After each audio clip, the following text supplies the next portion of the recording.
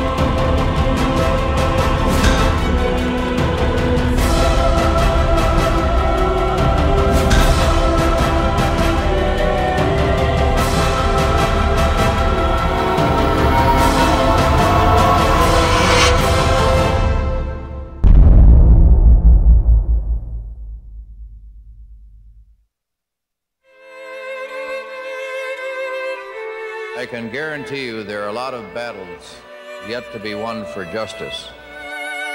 There are a lot of mountains yet to be climbed to overcome human ignorance and human prejudice. There are many songs yet to be sung in the name of joy and a dedication to all that's good and true and beautiful. I make that commitment to each one of you, not as a sign of accomplishment done, but maybe as a dream and a hope of things yet to be done.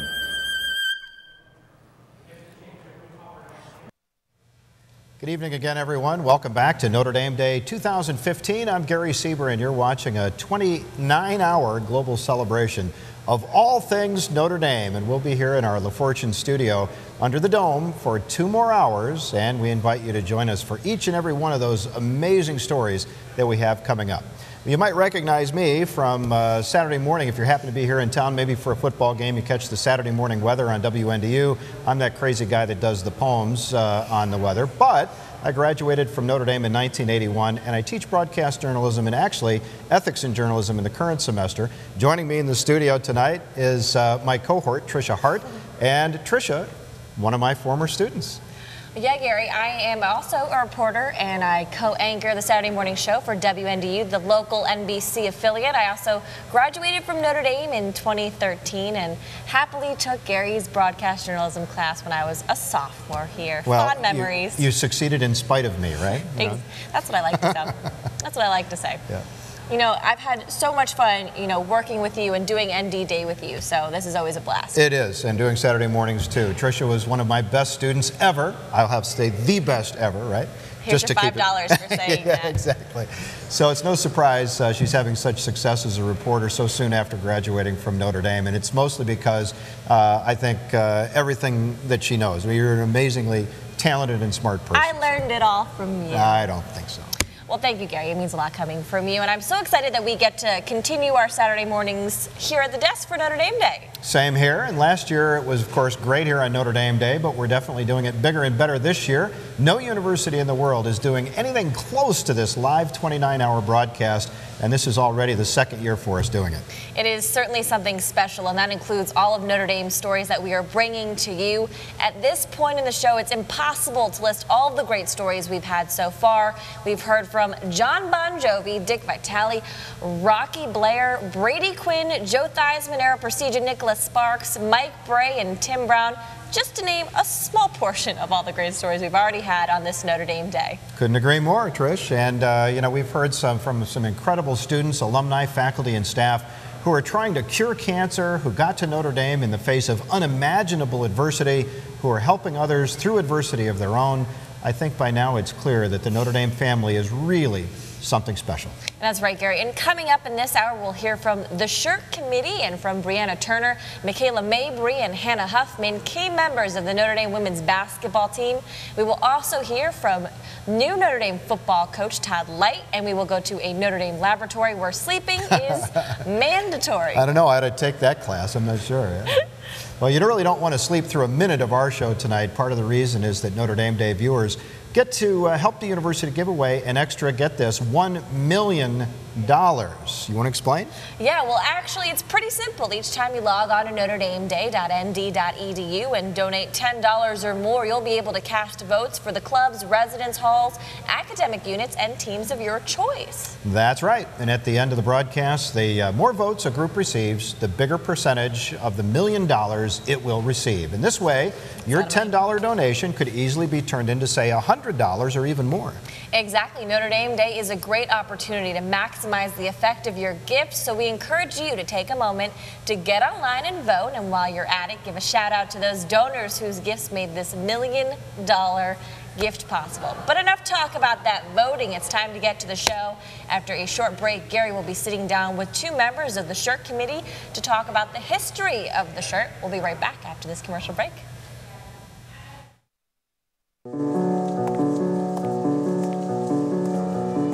Having served in the military for 32 years, I know that technological progress poses opportunities and challenges. Enhanced soldiers, ever-present surveillance, autonomous weapon systems. The question most often asked about these advancements is, can we? But an equally important question is, should we? Robert Latiff is a retired Air Force Major General, a former weapons developer, and a professor teaching weapons ethics at the University of Notre Dame's Riley Center for Science, Technology, and Values. There should probably. One of the goals of our work here at Notre Dame is to bring the moral and ethical implications of weapons technology to the forefront of our national dialogue, not only in Washington among our current leaders, but also in the classroom where we are educating future leaders. It's been really great having a diverse class with peace studies majors and ROTC students and poli-sci majors, because consequences of these weapons technologies that I haven't thought about, they have, and it's really deepened our discussions in the classroom. Now in its 29th year, Notre Dame's Riley Center is a recognized leader in promoting and examining the advancement of science and technology in the pursuit of the common good. Notre Dame has been a vital collaborator with the Navy as we address some of the ethical challenges of emerging military technologies. Their scholars, including General Latiff, are providing a unique voice in this important new field. What I love about teaching at Notre Dame is that our students, who come from all walks of life, share the university's mission to be a force for good in the world, and I am honored to help them do that. The University of Notre Dame asks, what would you fight for? Fighting for the ethical use of technology. We are the Fighting Irish.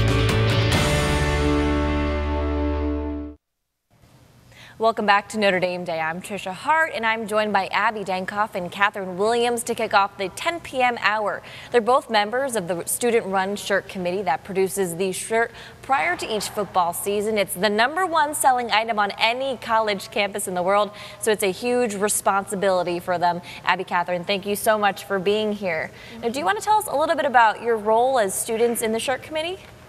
Sure. I'm president this year, so I was kind of in charge of selecting the committee members. And Catherine?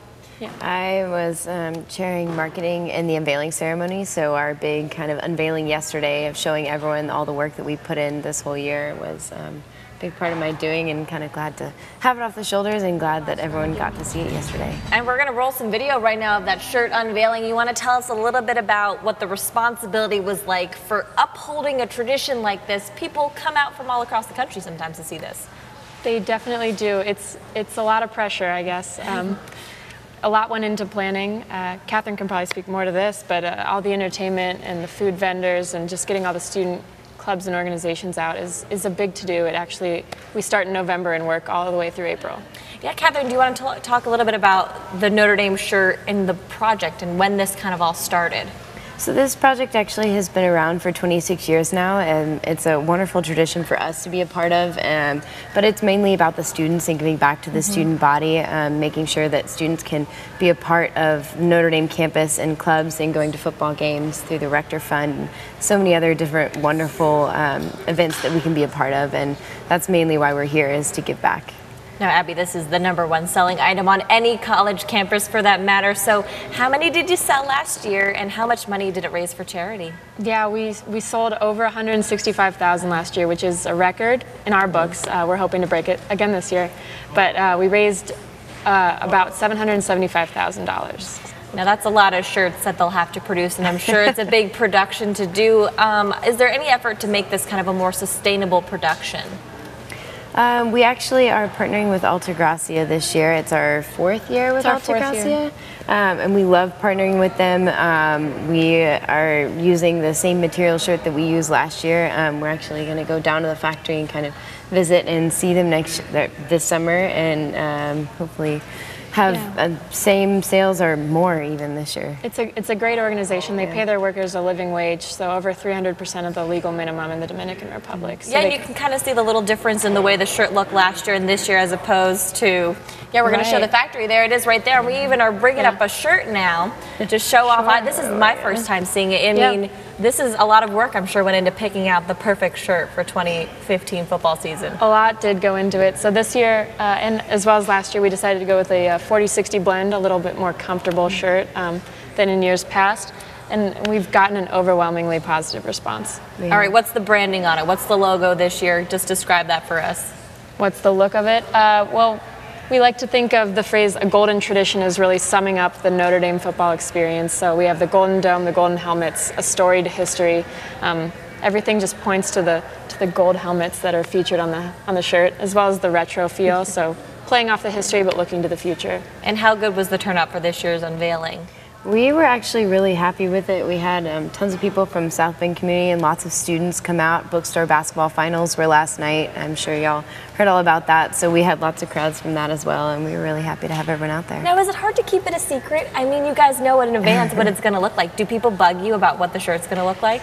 Constantly. So we actually know the color in December. So it's been 4 months of just constant questions from family and friends about what it looks like. Well, thank you guys so much for joining us today. The shirt looks great, and thank you for coming into the studio for Notre Dame Day. I hope this year's shirt is even bigger and better than it's been in years past. Now we're going to head out to Hager Hall, where our Notre Dame Day reporter Laura Thomas is standing by. Laura, how's it going out there?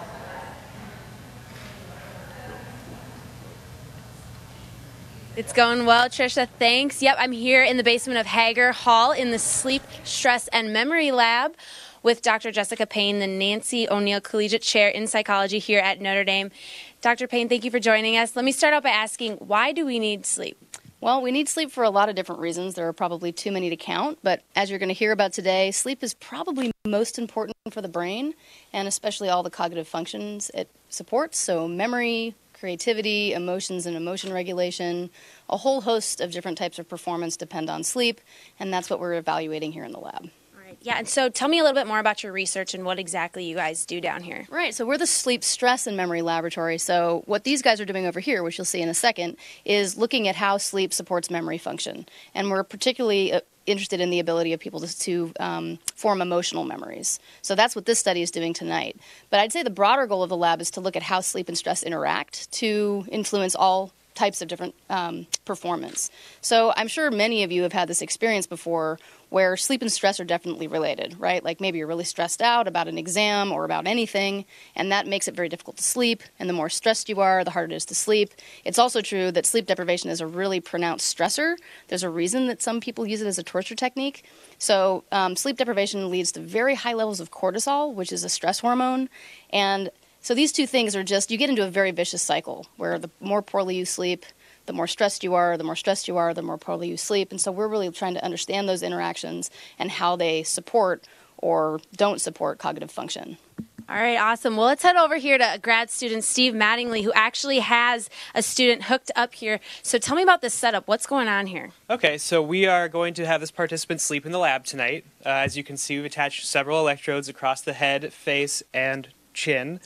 We collect brain waves from the top part, we collect eye movement from the eye part, and we collect muscle movement from the chin. This lets us know which stage of sleep participants are in and when. So we'll be recording them overnight, give them 8.5 hours of sleep, and hopefully they'll wake up well refreshed and ready to go for tomorrow. Okay, and you say you have them stay here overnight. What if they can't sleep? Well, we've never in 3 years had anyone not be able to fall asleep within about 10 minutes. College kids are very energetic and they're very tired when they need to go to bed. Take away the screens, you take away the lights, people fall asleep pretty quickly. Right. And is it just students here at Notre Dame who can participate, or where do you find your participants? Our main participant block is the students, but we are looking for subjects up to age 40 or so. If anyone's interested in a study, they can contact us at ndsamlab@gmail.com. All right, thank you so much. And Dr. Payne, thank you so much for joining us. Now we're going to send it back out to Cassidy. Cassidy? Hi, thanks. I'm here on the performance stage with Rudy Monterosa and a few Notre Dame students. So Rudy is a 2001 graduate from Notre Dame Law School, and he's currently a lawyer in South Bend, and he's also a member of the Diversity Council here at Notre Dame, which is responsible for a lot of great scholarships. So Rudy's from California. I just want to start it off asking, how did you end up here in South Bend? I came here for law school, and once I came here, I fell in love with the community. And at the law school, they teach us that we should be a different kind of lawyer, and they really promoted social justice, and that's what my practice has entailed. I do criminal defense and immigration law here in South Bend, Indiana. But more importantly, we offer opportunities for students, and I serve as a student relations director with the Diversity Council here at Notre Dame. Can you tell me a little bit about that? Yeah, so the Diversity Council represents alumni throughout the country. We work with a variety of issues dealing with diversity, and we also work with the diversity boards. As I mentioned before, I'm the student relations director for the Diversity Council, and we work closely with the student relations directors at each of the diversity boards. That's the Asian Pacific Alumni of Notre Dame, Hispanic Alumni of Notre Dame, the Black Alumni of Notre Dame, as well as the Native American Alumni of Notre Dame. Fantastic. So we have some of the students who are affected by these great scholarships. And I'm just going to ask you, can you introduce yourself and just tell us a little bit about how this scholarship has affected you? Yeah, sure. My name's Heen Liu. I'm an art student here, about to graduate. And Michael and I received our scholarships from the Asian Pacific Alumni Board. I mean, it's very affirming for us and our families for everything that's been given for us. But more than that, it's investment, right, which is trust and an expectation of good and good within ourselves and good work in the future. So, yeah, thank you. Yeah. Great. Well, I'm going to send it to a commercial break, and we'll be right back after this.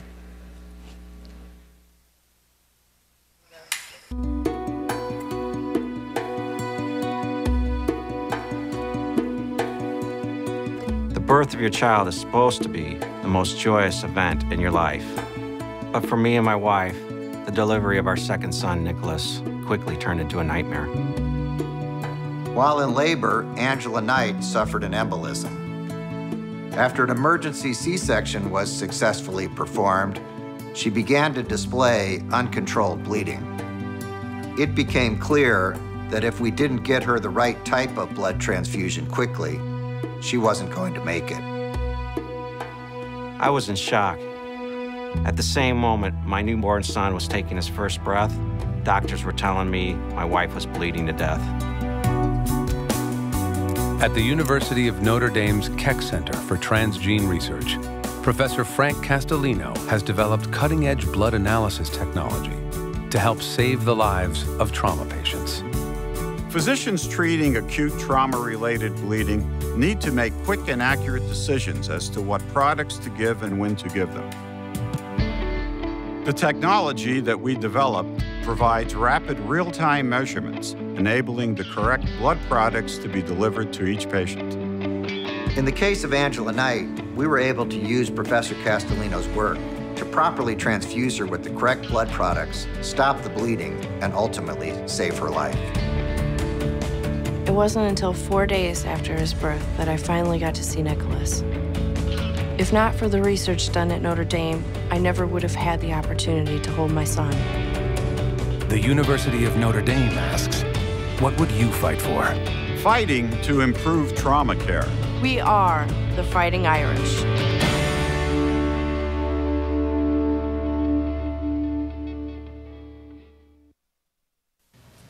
Welcome back to Notre Dame Day. I'm Trisha Hart, and joining me now in the studio are Hannah Huffman, Michaela Mabry, and Brianna Turner, three key players for Notre Dame women's basketball as they made it to their 5th straight Final Four and 4th championship game in the past 5 years. So girls, welcome to Notre Dame Day. Thank you for joining us.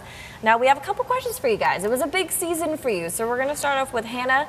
We're going to go back to the final minute of the South Carolina game. Madison Cable hits the jumper, South Carolina's calls timeout, you come into the game. What's going through your head? Well, there's a little bit of nerves, no doubt. But once Coach called my number, there was really not a lot of time to be nervous. I knew that I had a very specific job, and that was to not let South Carolina's best player, Tiffany Mitchell, score. So just went in there, tried to do my best at stopping her at any cost, and thankfully it worked out great, and we were off to the national championship. I know, what a great season for you girls. Now, Brianna, congratulations on a great season for you.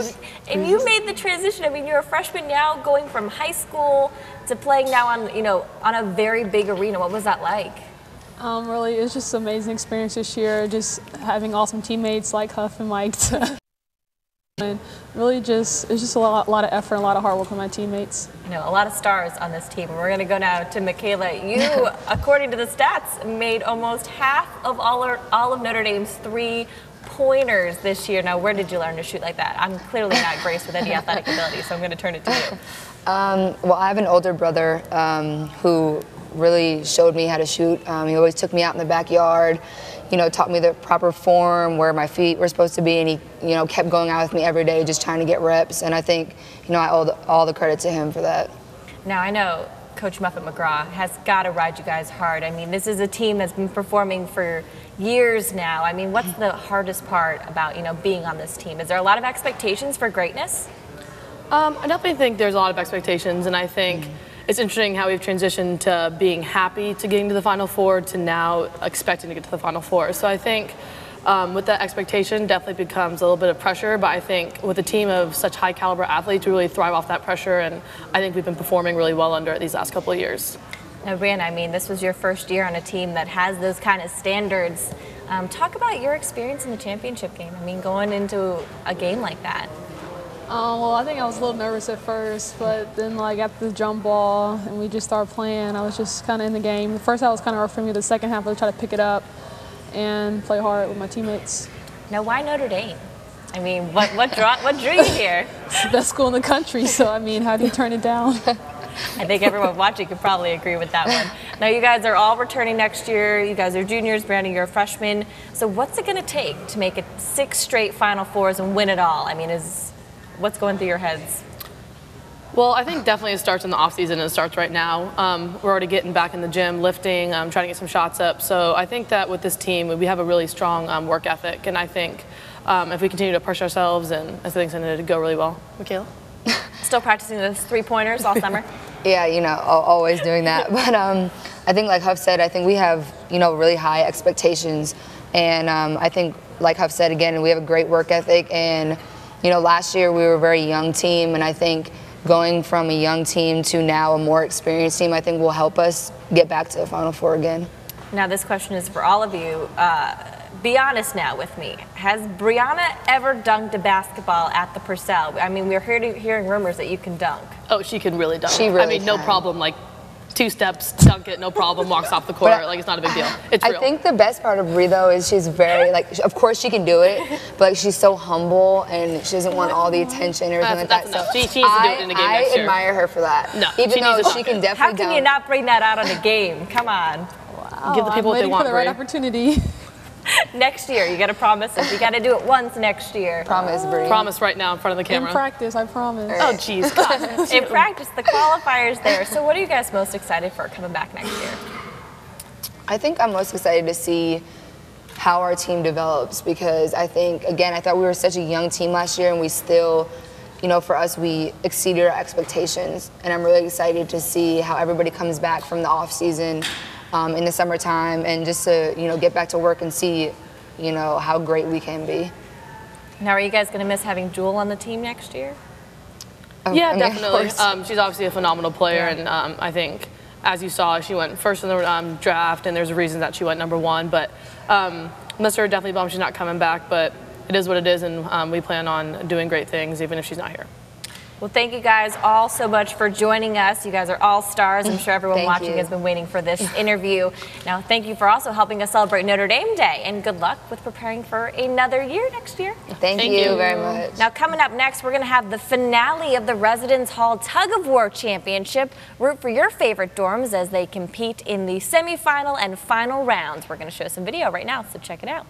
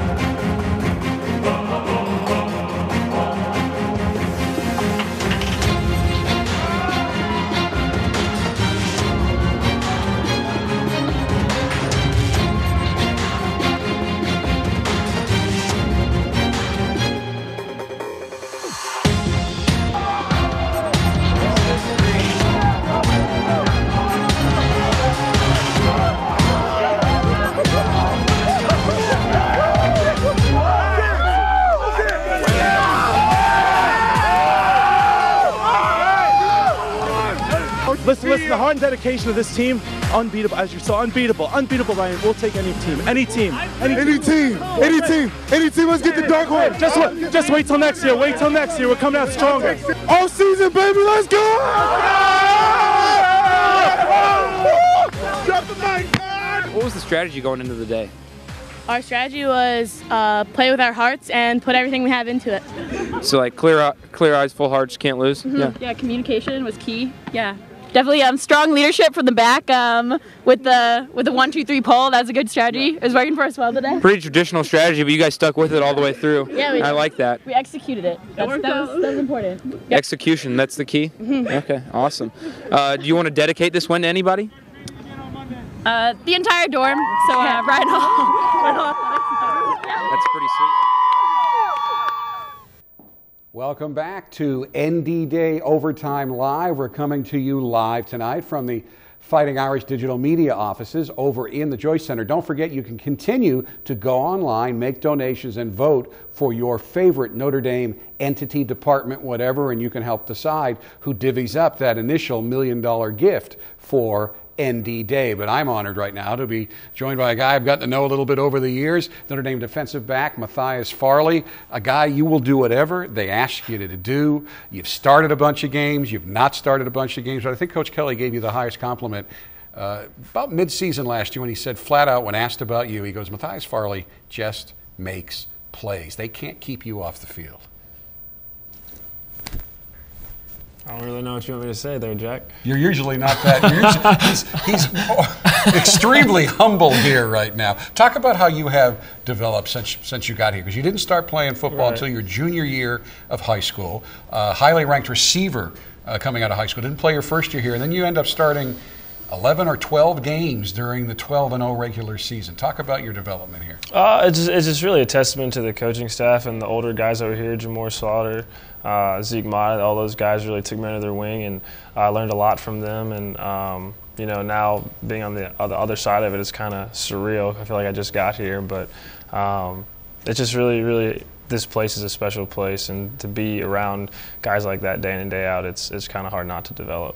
You've played cornerback, you're back playing safety again. You've consistently played nickelback throughout your career, and you are kind of the old man of the secondary right now. So how do you see your role heading into this season? I kind of see my role as a utility guy. You know, I feel comfortable playing a lot of different positions. I have no reservations if the coaches want me to play corner, nickel, safety, whatever it may be. You know, I'm all for whatever the team needs me to do. Do you see a certain teaching aspect to your role as well? Because Max Redfield was here in our last hour and said that you have really helped him a great deal. Well, I just think, you know, I had a rough year in 2013, and having gone through that and seeing guys go through the struggles up and down, I can really see it and really try to tell guys don't get stuck in that, because you have to keep your confidence. You have to remain playing at a high level. You can't let one bad play turn into two bad plays. So I think having gone through some ups and downs myself has really helped me encourage the younger guys and also maybe teach them a thing or two. And Max has been in a situation really where he was a guy that was so highly touted coming out of high school that people expected him to step on the field as a freshman and dominate. Right. And he's now gone through 2 seasons where he has not been a consistently dominating player. And then at the end of last year, and you went through the same thing last year, he gets pulled down the depth chart. I mean, you've been up and down consistently throughout your career. How much do you think you were able to help him get through that? Because when he got back at the end of the season, back into the starting lineup, he played very well. Right. Well, it just comes down to confidence. You know, I think in this game, especially on the stage that we play on, there's a lot of eyes on you, and especially if you play safety. If you make a mistake, it's usually a touchdown, or it's very visible. Not so much on the D-line if you miss a tackle, but if you're the last line of defense, if you're a safety. So, you know, Max is an incredible player, has an incredibly high ceiling, and safety is a hard position because you have to be a leader, you have to be loud, you have to be vocal, and it's hard to come in as a freshman or, you know, even a sophomore and be comfortable in that role. And so there's definitely some growing pains, and I think everyone has gone through that. And I think, you know, with Max and Shoemate moving forward, I think they're going to be, you know, night and day better moving into the fall. You're a guy who makes plays, you make big tackles. You're so good in situations like this. But I also know you're fiery. I've also talked to you off camera. You hate to get demoted. You hate when your playing time is reduced. But you have always been able to channel that into playing better. I know there was one game last year where you were just special teams. You told me, I'm forcing a fumble on special teams. And you went out, I think it was the first kickoff of the game, you forced a fumble. You really channeled that in a positive way.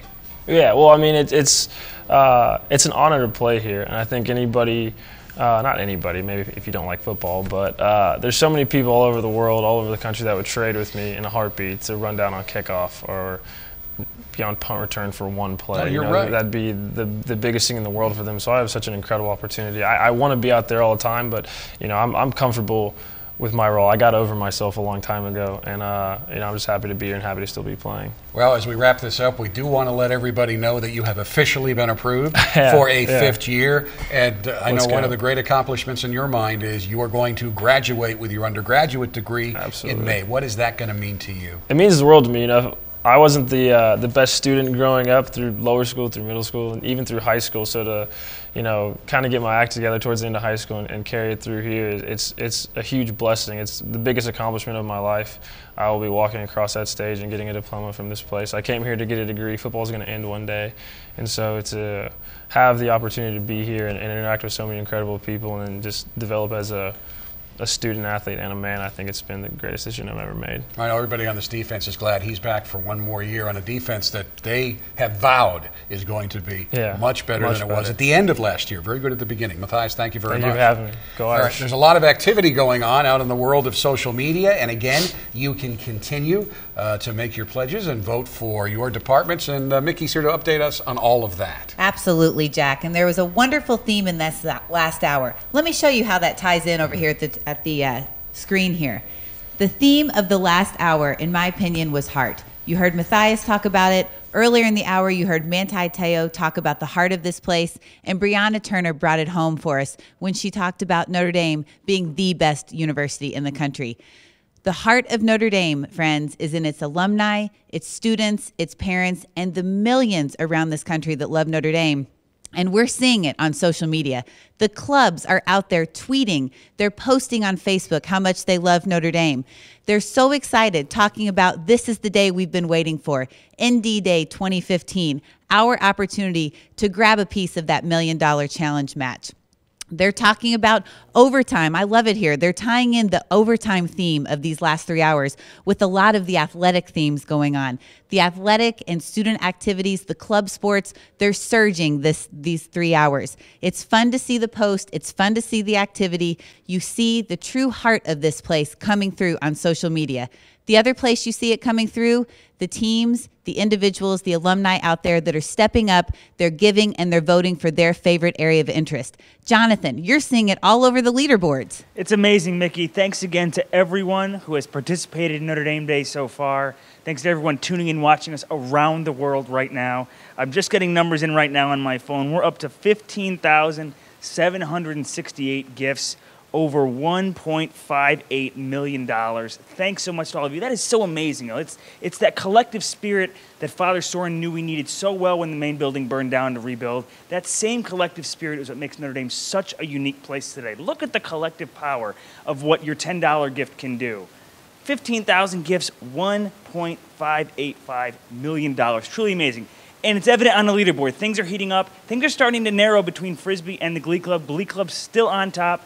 St. Ed's, Stanford, Keenan alumni, the residence halls are really starting to stack up near the top of the leaderboard. I would keep an eye on that 3, 4, 5, 6 slot to really see how it's going to go back and forth between these residence halls at least 2 or 3 more times. Keep an eye on the leaderboard on the website, NotreDameDay.ND.edu. We're trying to refresh it as much as we can. At this point, every 20 or so minutes, we're really trying to get that refresh in there so you can get the most up-to-date numbers for your groups.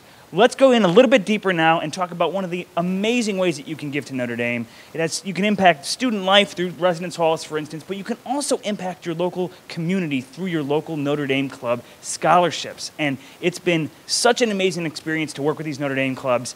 Some of them have put together amazing video packages and whatnot for their clubs in the lead up to Notre Dame Day. They've been so active. It's so great to see these members organized from all around the country and around the world, really. Miami and Orange County, you heard their names a lot yesterday and the day before. They are at the top of the leaderboard. Miami with 414 votes, Orange County with 347 votes. We're talking anywhere between $5,000 and $6,000 of our $1 Million Challenge Fund could be going to these scholarships. Look at number 3, Minnesota. You remember hearing about them last year. They started off very strong. They are back with a strong final push. So stay tuned to the leaderboards. We have lots more great content coming up. Malik Zaire is coming up in the next hour as well. Stay tuned for much more Notre Dame Day overtime right after this. Thanks for joining us. Welcome back once again to Notre Dame Day. I'm Gary Sieber, class of '81, and on the Notre Dame Day hotline with me now is defensive backs coach Todd Light, one of the exciting new assistant coaches for the Fighting Irish football team. Todd, of course, is a former star player for the Notre Dame Fighting Irish. He won a national championship in '88, was drafted 5th overall in the NFL draft, and went on to win a Super Bowl with the St. Louis Rams. And thanks for being with us tonight on the show, Todd. Oh, thank you for having me, Gary. It's my pleasure. Yeah, I'm recalling those glory days. So first, before we get to what you're doing right now, let's go back to 1988 if I can. And wow, what a team you guys had that year. And let's talk about Notre Dame Miami in '88. Probably one of the greatest games ever played at Notre Dame Stadium. What do you recall from that, Todd? I mean, do people still come up to you and ask you about that? You know what? I mean, that was a very fierce, very competitive game. You know, Miami was loaded with talent. You know, conversely, we had a lot of talent on our side of the ball, and just a fiercely competitive game, you know, which I was thrilled to be a part of.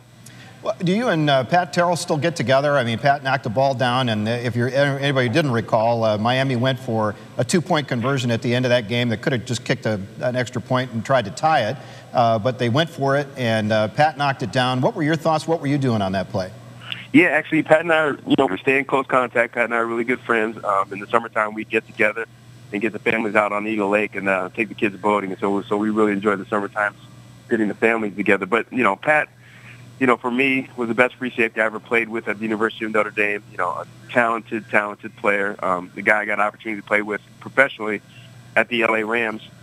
He went on to have a great career playing for teams like the Carolina Panthers and the Green Bay Packers. But, yeah, I mean, on that particular play, you know, we knew at that exact moment that this was going to be played to decide the future of the program. And so, you know, we were very confident in the call, and we just went out there and we executed at a very high level. So let's fast forward then, Todd. You now are in the role of a coach, and which is more difficult, being a player or being a coach? I think, you know, I think being a coach is a little bit more difficult because you have just a little bit less control. as a player being on the field, you have, a lot of control over what happens in certain situations with regards to, fundamentals, technique, and execution. But, as being a coach, you just have to get the guys prepared the best you can through the course of the week. Give them all the information. Just try to detail the offense and what they like to do conceptually on a down-to-down basis and by series. And, just give them the information, have them go out there and execute at a high level. And, I think that we're coming around as a young secondary. Sure. You said something a minute ago as a player. You knew that play against Miami was going to determine the future of the program. So there are plays and then there are plays. And how do you get that across as a coach? Do you still encounter that today where you're on the sideline and you look out at what's going on and you know that this is one of those moments where your players have to rise up? How do you impress that on them?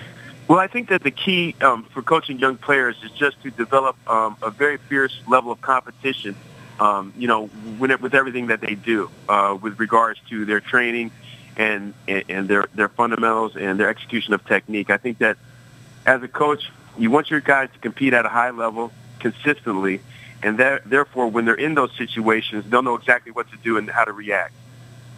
Yeah, Todd, tell us a little bit about you personally. A lot of people may not recall. You have a very interesting background. How did you come to Notre Dame? I started my coaching career in Las Vegas at Bishop Gorman High School, coaching with Tony Sanchez. 2009, 2010, we won 2 state titles, 2 out of the first 6 consecutive state titles for Bishop Gorman. I think this past year they won the national championship, the mythical high school national championship. So that was a great, great achievement for the program. And from there, I went on to coach with Coach Kelly at the University of Oregon. I was a defensive intern, worked with the secondary, did some quality control stuff. Our first year, we won the Rose Bowl and the Pac-12 championship. The second year at Oregon, we won the Tostitos Fiesta Bowl, and we ended up leading the nation in interceptions. And then when Coach Kelly took the head coaching job at the Philadelphia Eagles, he brought me along as the assistant secondary coach. Yeah, when you were a player, Todd, could you ever envision yourself being a coach? I mean, did that enter your mind at some point when you were a player, or were you like, nah, I'll never do that? No, absolutely, yeah. I mean, I always loved the game of football. I mean, football has always been my first love. And, as a player, I thought about coaching several times. But when I got out of the game, I wanted to try a couple different things just to get away from the game. And, obviously the love of the game just brought me right back. Sure, and you've seen things now, both from the college level as a player, and then NFL as a player, and now as a coach. When your players here at Notre Dame are talking to you, do they really want to bend your ear about your experiences, and what do you feel like you can bring to them that you wish that someone always had told you when you were a player? Well, I think that the execution of technique is probably my biggest asset as a coach.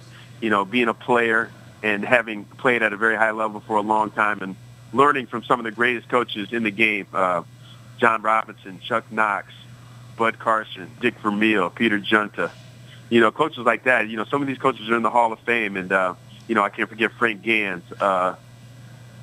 And so, all this information that I learned, I'm able to relay this to the young men that I'm working with now, and just trying to help them develop both on and off the field. Sure. And Todd, defensive coordinator Brian Van Gorder is known for having a fairly complex defensive scheme. What's it been like for you trying to get used to his system, and how do you relay that to your players? Oh, I really love his system because we're very multiple. Brian's system, we're multiple in the front, running a 4-3 scheme, and then, we flip out of that and we get into a 3-4 scheme. We run a lot of pressure. We run a lot of simulated pressure. We definitely have to keep the offense on its toes. I mean, nowadays, when I played, the game was more of a power physical game. Nowadays, it's more of a speed edge perimeter game where it's kind of a chess match as far as getting guys lined up with tempo, being able to execute at a high level under duress. And so I really like that what we do. We really challenge the players, both mentally and physically, to learn a lot of information and be able to get out on the field and to execute. Yeah, Todd, you had in the blue-gold game, it was kind of an odd setting because it wasn't in the stadium and with all the construction and so on, but a lot of very positive things happened. Your guys had a couple of picks. How'd you feel about your DB play during the blue-gold game? I thought it was pretty good. I thought our execution was pretty good. I thought our level of intensity was pretty good. Obviously, we can get better in both of those areas. I think that, as a young secondary, we need to improve our attention to detail. I think our pre-snap readiness needs to get a little bit better, and our sense of urgency, consistently throughout play has to improve in order for us to become an elite secondary. Yeah, and Todd, we should mention that you're on the road. You're not here right now, otherwise we'd be interviewing you here in person. You're on the recruiting trail. Where are you? Yeah, right now I'm in Nashville, Tennessee. This morning we were in the great state of New Jersey. From there we went to Pennsylvania, landed in Nashville tonight, and then we'll be recruiting the Nashville area, driving to Memphis, and then off to Fort Lauderdale, Southern Florida tomorrow. Wow, sounds like almost like a country music tour that you're on. You get on the bus, get on the plane, and go to the next town, huh? Absolutely. There's some needs that we need to address. Obviously, we have a really young, talented team. I think that in order for us to get to that very, very, championship level that we want to play at, that we need to bring in some elite secondary players, guys that can really stuff the run and also, contain the wide receivers in the passing game and, be able to create turnovers and create short fields for the offense. Well, nobody ever wants you to make predictions ahead of time, Todd, although everybody probably asks you. But what are you thinking about this coming fall? Got good feelings? Yeah, I got really good feelings. I looked at the schedule, and obviously, we always play one of the toughest schedules in the country. And I love that about Notre Dame. I mean, because, we compete against everybody throughout the country, and, there's no layup on our schedule. And I think that's what makes the University of Notre Dame so special, because we compete at such a high level consistently. And I think that we're going to do really well. I know the offense, had a great spring. I know defensively, we need to improve, and I think that we can do that with our execution and also, bringing in personnel. All right. Well, Todd Light, thanks very much for joining us out there and for helping us celebrate Notre Dame Day. We really appreciate it, and good luck on the recruiting trail. Bring back some good news for us here at Notre Dame. We appreciate it so much. Absolutely. Thank you for having Gary, and go Irish. All right. There you go. Now let's send it down to Cassidy. She is at the performance stage. Cassidy, take it away. That's right. I'm here with the Undertones, which is an elite subset of the Notre Dame Glee Club. And I'm talking to Jamie Toohey, who is a soloist in our next coming performance. Jamie, what's up next for the group? Up next, we're going to be singing a mashup of some JT songs. And as you heard, we are a subset of the Notre Dame Glee Club, and the Glee Club is going on tour in Europe this right after graduation. We're going to be going for 3.5 weeks, and so we're actually right now at the top of the leaderboard right now for Notre Dame Day, but your donations would be greatly appreciated, since that will really help fund the trip for a lot of the guys here. So. All right, well, let's take it away. Cue the swoons.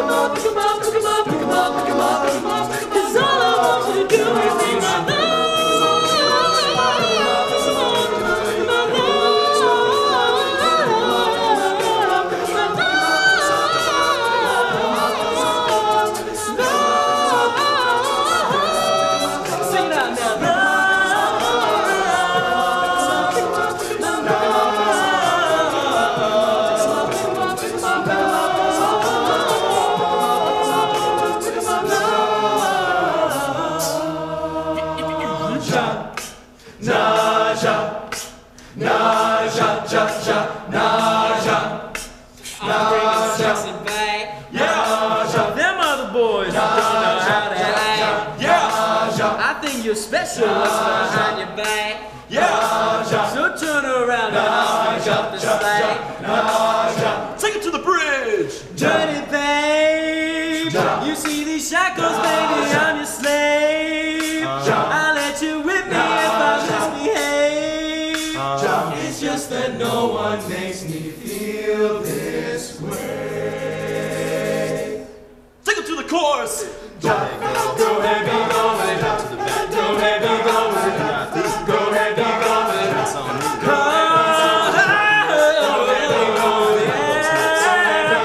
Get your sexy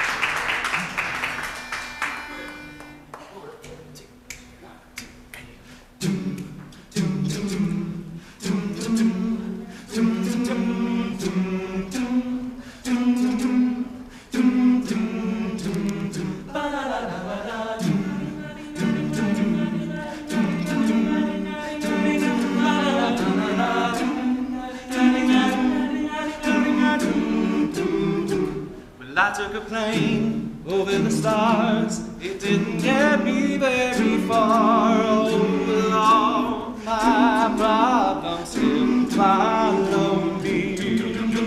I flew to the moon, but it wasn't far enough away from you. 'Cause all our problems still follow me. Every night I close my eyes, all my troubles fade. And every morning when I rise, I'm just sleeping in this bed I made.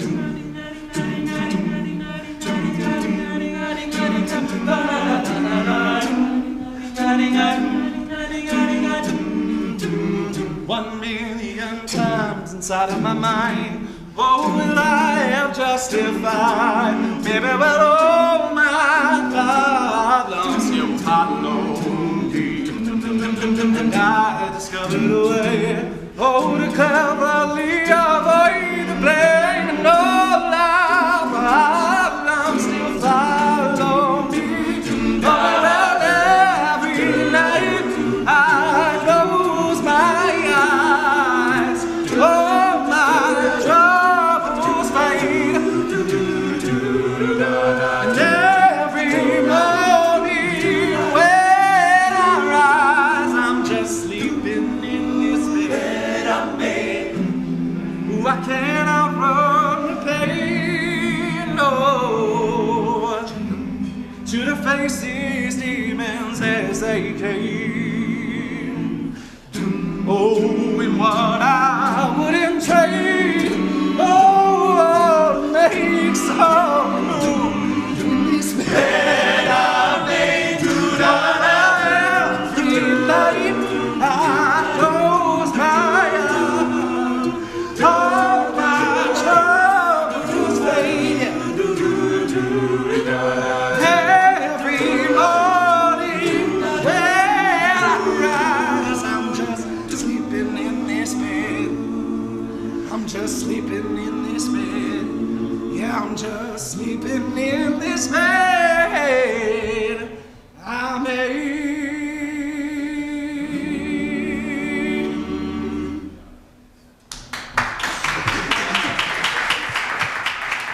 Great job, guys. I think everyone in here was rocking out. That was awesome. So we're going to go to a quick break, and we'll be back at 11 for the final hour of Notre Dame Day.